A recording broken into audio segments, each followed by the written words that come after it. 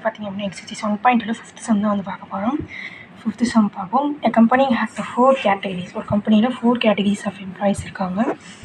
ஆனால் assistant A, clerk C, manager M and executive officer இ.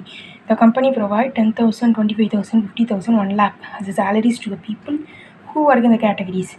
அதாவது இந்த 4 பேருக்கும் 10,000, 20,000, 50,000, 1 lakh சேலரி கொடுக்குறாங்க.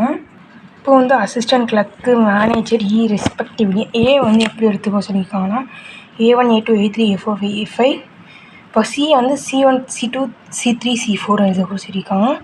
எம் வந்து M1, M2, M3. அப்புறம் வந்து ஏ வந்து A1, A2.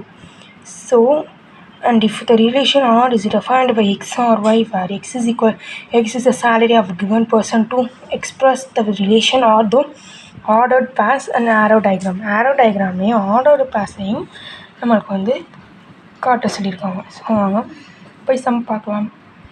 ஸோ அசிஸ்டன்ட் வந்து A1, A2, A3, A4, A5. Clerks வந்து C1, C2, C3, C4, C5. So C4 வரைக்கும் தான் manager M1, M2, M3. Executive E1, E2. So இதை வச்சு நம்ம ஆரோ டயக்ராம் தான் வந்து போட போகிறோம்.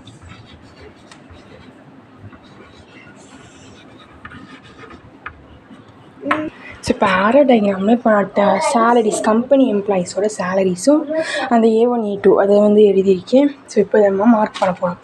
10,000 வந்து அசிஸ்டன்ஸ்க்குன்னு சொல்லியிருந்தாங்க. இப்போ A1, A2, A3, A4, A5. ஓகேவா? அடுத்து 25,000 யாருக்குன்னா clerks C2, C3, C4. So அடுத்து 50,000 M1, M2, M3.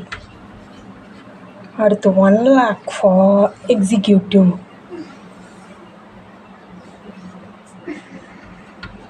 Okay, so இது வந்து நம்ம ஆரோ டயக்ராம் வழி ரெப்ரசன்ட் பண்ணியாச்சு. அவ்வளோதான் இந்த சம். எதாவது டவுட் இருந்தால் கமெண்டில் கேளுங்க. தேங்க்யூ.